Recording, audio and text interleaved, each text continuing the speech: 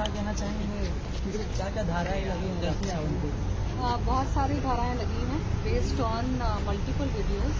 तो सारे एफआईआर की प्रक्रिया शुरू हो गई है और अलग अलग वीडियोस में अलग अलग जो उसने स्टेटमेंट्स किए हैं, फॉल्स एलिगेशंस लगाए हैं, outraging women's modesty, humiliating statements जो उसने किए हैं, तो सारी चीज़ों पे अलग अलग धाराएं हैं। वो सारा अभी प्रोसेस स्टेटमेंट स्टार्ट हो गया है।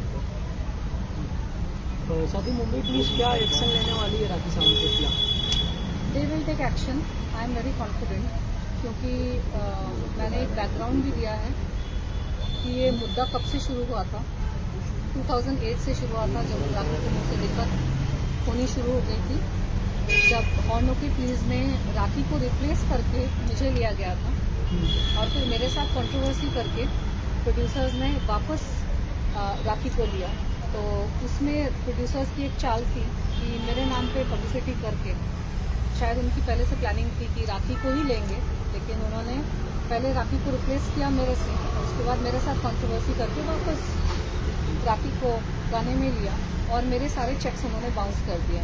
मेरे शूटिंग से पहले ही मेरा एक चेक बाउंस हो गया था। मतलब उनकी सोची समझी साजिश थी कि ये कंट्रोवर्सी करेंगे, हंगामा करेंगे ताकि ये सब हो जाए, पब्लिसिटी मिले। मैं ये कहना चाहूँगी कि इस तरह के गलत काम करने ही नहीं चाहिए प्रोड्यूसर्स को, क्योंकि अगर मैं गाना कर लेती, वो गाना रिलीज़ हो गया होता, मैं उस वक्त मेरा एक नाम था, मैंने अच्छी अच्छी फिल्में की थी, मेरी आशिक बनाया बहुत बड़ी हिट हुई थी और दूसरे भी गाने फिल्में हिट हुई थी। अगर वो गाना रिलीज़ हो गया होता तो मुझे भी आगे काम मिलता और प्रोड्यूसर्स को भी फ़ायदा होता। वो पिक्चर रिलीज़ हो जाती, वो पिक्चर आज तक रिलीज़ नहीं हुई है। इस पिक्चर की वजह से मुझे इतना इमोशनल ट्रॉमा, इतना कुछ मुझे झेलना पड़ा। उन्होंने अगर वो कंट्रोवर्सी नहीं करी होती, शॉर्टकट का काम नहीं किया होता कि कंट्रोवर्सी करके तनुश्री दत्ता के ऊपर हम जोर जबरदस्ती करके प्रॉब्लम्स क्रिएट करके किसी भी लड़की को अगर आप इस तरह से ट्रीट करोगे, तो कोई भी एक ईमानदार जो इंसान होता है, सेल्फ रिस्पेक्टिंग इंसान होता है, रिटेलिएट करेगा ही। आप किसी को परेशान कर रहे हो, वो चुपचाप कैसे कोई कुछ चीज़ें ना सहनशीलता के बाहर होती है और कुछ आदमी ऐसे होते हैं जिनकी हरकतें आप नहीं झेल सकते। और नाना पाटेकर की रेपुटेशन हमेशा से ऐसी रही है। उसकी एक सिर्फ मैं नहीं, बहुत सारी हीरोइंस के साथ उसके प्रॉब्लम्स हुए हैं। बहुत सारी एक्ट्रेसेस ने इंटरव्यूज में कुछ ना कुछ उसके बारे में बोला है और उसने अपनी छवि बनाई है कि मैं बहुत अच्छा इंसान हूँ क्योंकि मैं समाज सेवा करता हूँ। कोई प्रूफ नहीं है समाज सेवा का, सिर्फ प्रेस कॉन्फ्रेंसेस है कि समाज सेवा करते हैं। आप प्रूफ दिखा के आप बोलिए कि आपने सच में क्या समाज सेवा की है। और दूसरी चीज़, अच्छा आदमी वो होता है जो अपने परिवार के साथ रहे। हीरोइनों के साथ लिंकअप करके हीरोइनों के साथ अफेयर करने अच्छा आदमी के लक्षण नहीं होते हैं। ये बात दुनिया को पता है, ये बात पूरी मीडिया में फैली हुई है कि नाना पाटेकर के अपने खुद के फैमिली के साथ संबंध ठीक नहीं है। वो अपनी खुद की बीवी और बेटे के साथ नहीं रहते। उसने अपने बेटे को भी इंडस्ट्री में कोई सपोर्ट नहीं दिया है।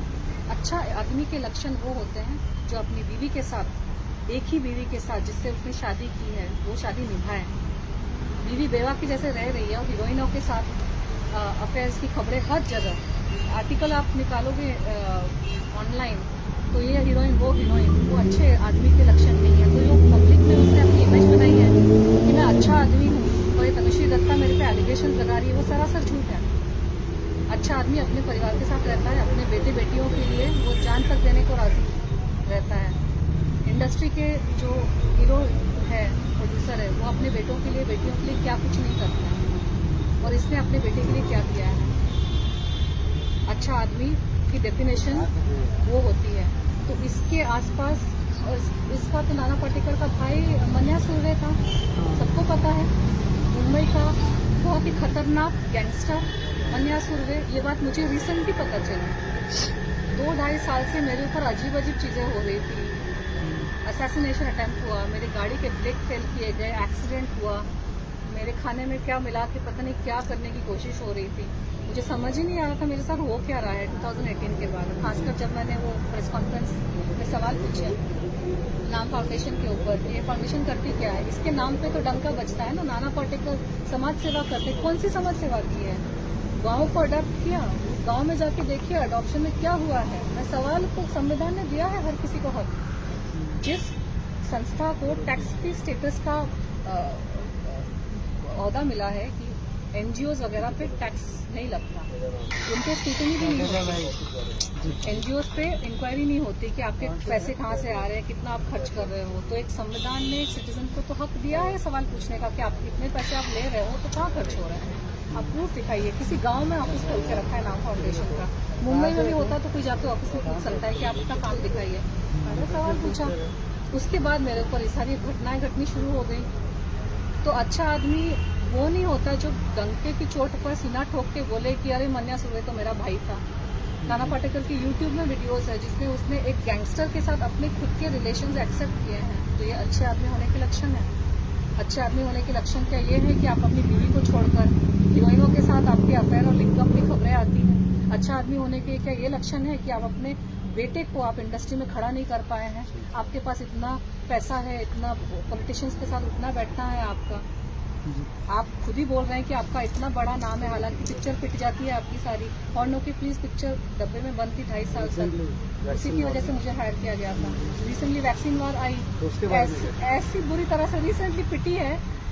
पहली बात तो उसका बजट 10 करोड़ भी था कि नहीं मुझे नहीं पता, लेकिन अगर 10 करोड़ भी था, 10 करोड़ की पिक्चर 10 करोड़ रिकवर नहीं कर पाई तो काहे के बड़े स्टार, काहे के बड़े आदमी।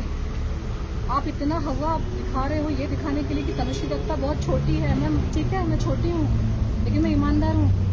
मैं अपने आप को बहुत बड़ा संत महात्मा दिखाने की कोशिश नहीं करी। मैंने अपने आप को, अपने परिवार को खड़ा किया है। मैं अपने परिवार के लिए कमिटेड रही, उनको खड़ा करके ही मैं अपना संन्यास जो भी मैं कर रही हूँ। आपने क्या किया अपने परिवार के लिए? अच्छा इंसान होने के लक्षण वही है कि अरे बाहर की आप चैरिटी क्या कर रहे हो, इस गांव को अडॉप्ट किया। अरे आपके घर में चैरिटी बिगिंस एट होम। अपने घर के लोगों के लिए आपने क्या किया है और गांव में किया भी है कि नहीं किसी को नहीं पता।